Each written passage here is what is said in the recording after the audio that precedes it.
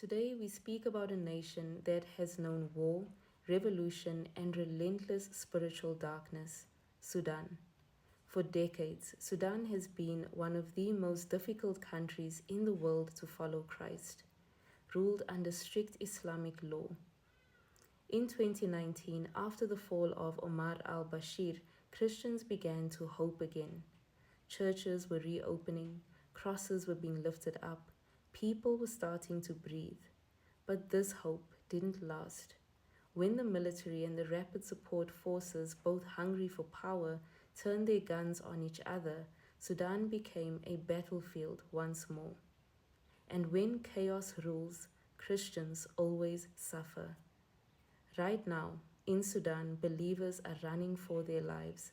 Church buildings have been burned to the ground. Christian families have been forced to flee, not just because of the fighting alone, but because they are targets.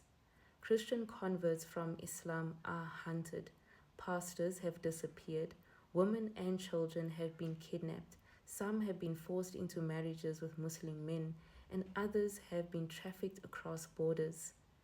In Khartoum, entire Christian communities have been displaced. In Darfur and Kordofan, soldiers loot Christian homes and threaten anyone that is found with a Bible. And yet the church still gathers, in ruins, in tents, in secret, because they understand something that many of us have forgotten, and that is Jesus is worth everything.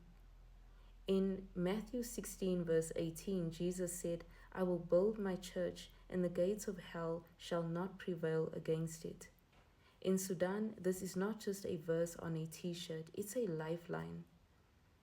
These believers are not waiting for freedom in order to worship, they're worshiping in the midst of war. They're proving that even when governments collapse and bullets fly, that the kingdom of God stands unshaken. So how do we respond? We can pray, not just in passing, but in intercession. We can speak up, and by doing so, we amplify their voices. We can support through giving and through advocacy. In Hebrews 13, verse 3, it says, Remember those who are in prison as if you are bound with them. Remember them. They are our family.